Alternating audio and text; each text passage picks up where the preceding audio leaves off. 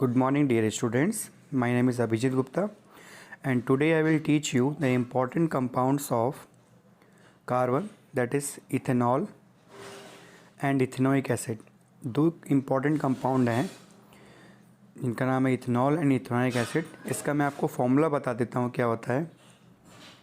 Ethanol का formula होता है CH3CH2OH। इसको आपको लर्न करना पड़ेगा और इसका स्ट्रक्चर होता है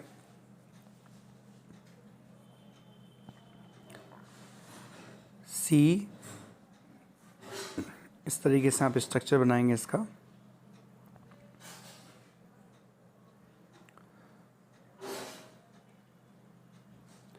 यहाँ पे आप H लगाएंगे। सारे बॉन्ड जो हैं वो कार्बन के 4 होते हैं और ऑक्सीजन के 2 बॉन्ड होते हैं। तो ये स्ट्रक्चर जो है आपका CH3COOH का स्ट्रक्चर है जो कि इथेनॉल होता है। ठीक है, इसको अपनी कॉपी पे ड्रॉ करेंगे। इसके बाद मैं इथेनोइक एसिड आपको बता दूं। इथेनोइक एसिड का फॉर्मूला होता है CH3COOH। ठीक है, इसका स्ट्रक्चर कैसे बनेगा मैं आपको बता देता हूँ। C, यहाँ आप हाइड्रोजन लगाएंगे चारों ओर और यहाँ पे C लिखेंगे, डबल बॉन्ड से ऑक्सीजन जुड़ेगा O और H। ये आपका CH3COOH फॉर्मूला बन गया, स्ट्रक्चर बन गया। ये स्ट्रक्चर हो गया, ये फॉर्मूला हो गया, molecular formula. This is structure formula. और इसका दूसरा नाम होता है एसिटिक एसिड, जो कि विनेगर होता है। बेसिकली विनेगर एक बेसिकली कह सकते हो कि 5 to 8% of acetic acid is called vinegar, जिसको आप सिरका बोलते हो। वो यही चीज़ है CH3COOH। चाउमीन वगैरह में वाटर जैसा होता है डालते हैं, वो यही चीज़ होती है। ठीक है, इसको आप नोट करिए। इसके बाद हम देखेंगे प्रॉपर्टीज़ क्या होती हैं, इसकी फिज़िकल प्रॉपर्टीज़ क्या हैं इथेनॉल की। एक्चुअली ये आपके सिलेबस में कट है यूजेस एंड प्रॉपर्टीज़, बट मैं आपको थोड़ा सा बता दे रहा हूँ क्योंकि बहुत बड़ा चीज़ नहीं है, ये बहुत छोटी चीज़ है ये प्रॉपर्टीज़। तो आप समझ लीजिए, आपके लिए फ़ायदा करेगा ये। तो सबसे पहले ये कलरलेस होता है। इथेनॉल जो है कलरलेस होता है। कुछ बच्चों को लग रहा होगा ये येलो होता है इथेनॉल, ये अल्कोहल है बेसिकली, इसको आप शराब बोलते हो। ये येलो नहीं होता है। प्योर इथेनॉल जो है वो कलरलेस होता है, पानी के जैसा होता है, जो लैब्स वगैरह में प्रेजेंट होता है, मेडिसिन्स में जो यूज़ होता है। और इसकी जो स्मेल है प्लीजेंट स्मेल होती है। और आप गूगल करना, प्लीजेंट का मतलब हिंदी मीनिंग क्या है। बर्निंग टेस्ट होता है इसका। टेस्ट कैसा होता है? बर्निंग टेस्ट, जलन जैसे। इसको आप अगर पी लिया तुमने तो आप लोग मत पीना हाँ, अगर तो ये बर्निंग टेस्ट, जलन जैसा टेस्ट होता है इसका। ठीक है, तो इसके बाद तो देखते हैं, ये जो है पानी में सॉल्यूबल होता है। ठीक है, पानी में घुल जाता है, पता ही होगा आपको इसके बारे में थोड़ा सा। तो सेकंड है वोलेटाइल लिक्विड। वोलेटाइल मतलब होता है easily convert to gas. Easily convert to gas मतलब ईजिली इवेपोरेट हो जा रहा है।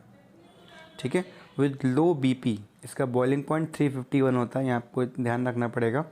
इट इज़ न्यूट्रल कंपाउंड, मतलब ये ना ही एसिडिक होता है ना ही ये बेसिक होता है। It is neutral in nature. ये पॉइंट्स आप अपनी कॉपी पे नोट करेंगे। अब देखो, इसके बाद केमिकल प्रॉपर्टीज़ आती हैं। केमिकल प्रॉपर्टी में सबसे पहले देखेंगे रिएक्शन में सोडियम। तो इथेनॉल हमने फॉर्मूला लिखा, सोडियम नोट किया, 2 आगे लिखा हुआ है ना, ये चीज़ ये 2 लिखा हुआ है, ये बेसिकली बैलेंसिंग करने के लिए यहाँ लिखा हुआ है। ठीक है, ओके। अब हम देखेंगे इसकी रिएक्शन कैसे परफॉर्म हो रही है। देखिए ध्यान से इसको, यहाँ पे इसको मैं थोड़ा जूम कर लेता हूँ। Okay, NaCH3CH2OH। देखो यहाँ पे जो हाइड्रोजन है ना, ये रिमूव हो जाएगी यहाँ से। जिस तरीके से मेटल्स रिएक्ट करते हैं एसिड से, उस तरीके से रिएक्शन होगी इसकी। और यहाँ पे CH3CH2ONA ये कंपाउंड बनेगा, इसको हम बोलते हैं सोडियम इथॉक्साइड, ठीक है। और हाइड्रोजन यहाँ रिलीज़ हो जाएगी। ये थोड़ी सी आपको लर्न करना पड़ेगा। This reaction is used as a test for ethanol by evolution of H2 gas burn with pop sound. Hydrogen gas जो है वो पॉप साउंड के साथ बर्न होती है। मैंने आपको बताया था चैप्टर नंबर 2 और 3 में, ठीक है। इथेनॉल से इसका test, it is also a test of ethanol, ठीक है। इसके बाद देखो डिहाइड्रेशन। डिहाइड्रेशन मीन्स क्या होता है? डिहाइड्रेशन मीन्स होता है बेसिकली वाटर का रिमूव होना, H2O का रिमूव होना, पानी की कमी जिसको बोलते हैं, पानी कम हो रहा है इसमें से। तो इसमें क्या होगा, इसको हम हीट करेंगे कंसनट्रेटेड H2SO4 की प्रेजेंस में, और टेम्परेचर होगा 443 केल्विन। यहाँ पे टेम्परेचर नहीं नोट है तो आप टेम्परेचर नोट कर लीजिए। 443 केल्विन यहाँ पे टेम्परेचर होगा, ठीक है। और यहाँ से वाटर मॉलिक्यूल जो दिख रहा है आपको H2O, ये रिमूव हो जाएगा। तो यहाँ क्या बचेगा, C2H4 बचेगा।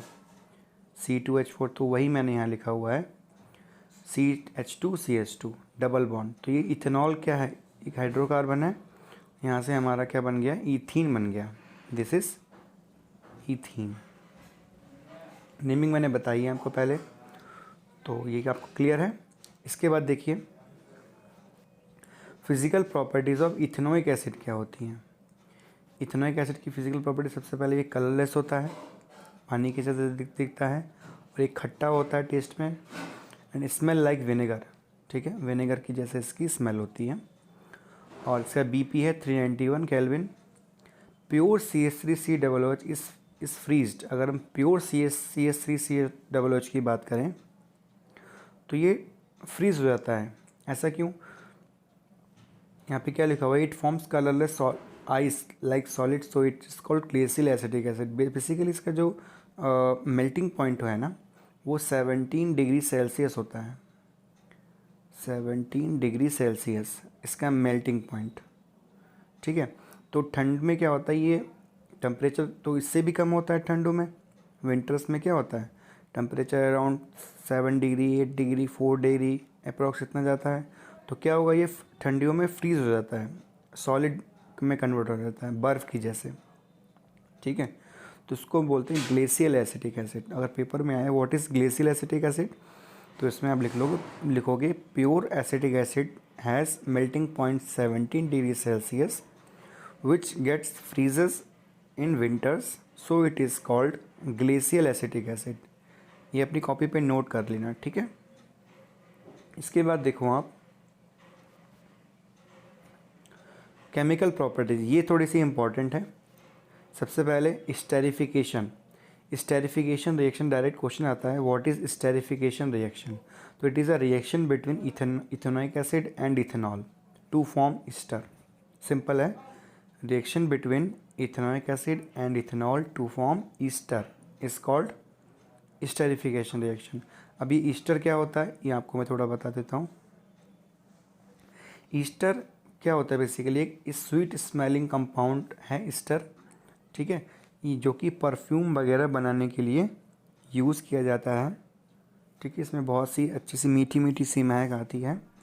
तो इसको आप ध्यान रखना, थोड़ा सा कंपाउंड का नेम है CH3CO। ये जो बॉन्ड देख रहे हो आप लोग, आपकी बुक में भी देखना, ये इसके ऊपर है, C के ऊपर, C के साथ जुड़ा हुआ है डबल बॉन्ड ये, ठीक है, ध्यान रखना। तो इसको आपको लर्न करना पड़ेगा, इसमें कोई आपके पास चॉइस नहीं है। तो थोड़ा सा मैं आपको हिंट दे देता हूँ यहाँ पे कैसे बनेगा। यहाँ पे वाटर मॉलिक्यूल निकल रहा है, तो वाटर मॉलिक्यूल्स निकाल दीजिए यहाँ से। तो ये वाटर मॉलिक्यूल निकला, तो CH3COO नोट हो गया।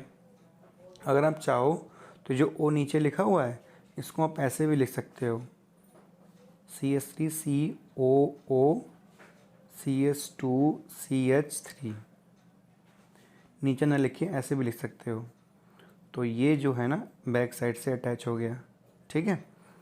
तो इसको आप अपनी कॉपी पे नोट करेंगे। इसके बाद ये रिएक्शन है, इसको बोलते हैं सैपोनिफिकेशन रिएक्शन। ये भी इम्पॉर्टेंट रिएक्शन है। जब ईस्टर रिएक्ट करता है NaOH से तो बैक हमें CH3COO Na मिलता है और इथेनॉल मिलता है। इसको बोलते हैं सैपोनिफिकेशन रिएक्शन, जो कि हमारी सोप बनाने के लिए यूज़ होती है, ठीक है। और सोप क्या होता है, डिटर्जेंट क्या होता है, वो हमें नहीं पढ़ना, ठीक है। इसको आप दोनों रिएक्शनों को आप नोट करेंगे, बहुत इंपॉर्टेंट रिएक्शन है। फर्स्ट स्टेरिफिकेशन रिएक्शन क्या होती है, सेकंड सैपोनिफिकेशन रिएक्शन क्या होती है, ठीक है। Saponification reaction, it is a reaction to form ethanol and sodium acetate. और अब लिखोगे क्या इसमें, when ester react with NaOH to form sodium acetate and ethanol, this is called saponification reaction. इसको भी अपनी कॉपी पे नोट करेंगे डेफिनेशन को। Now next is reaction with base. अगर CH3COOH NaOH से रिएक्शन करेगा तो ये एसिड है, ये बेस है, तो दोनों जब रिएक्शन करेंगे तो क्या बनेगा, salt and water, this is salt. ये बहुत इजी है। तो ये ब्रेक होगा, Na पॉजिटिव और OH नेगेटिव, तो Na जाके यहाँ अटैच हो जाएगा H की जगह पे, तो H हट जाएगा, CH3COO Na बन जाएगा, ठीक है। इसको भी आप नोट करेंगे कॉपी पे। इसके बाद ये दो रिएक्शन है, बहुत रेयर पूछी जाती हैं, इसको मैं समझा देता हूँ। देखो, ये एसिड है Na2CO3, एक सोडियम कार्बोनेट होता है ये एक बेसिक नेचर का है। तो जब भी एसिड रिएक्ट करेगी बेस से तो क्या बनेगा, सॉल्ट एंड वाटर। और यहाँ पे CO2 क्यों बन रही है, क्योंकि यहाँ पे सोडियम कार्बोनेट है, इसमें बहुत सारी CO2 है, ठीक है। सिमिलरली अगर हम बेकिंग सोडा ले लें NaCO3, तब भी हमारा CH3COONA सोडियम एसीटेट बनेगा, H2O बनेगा या फिर और CO2 बनेगा, ठीक है।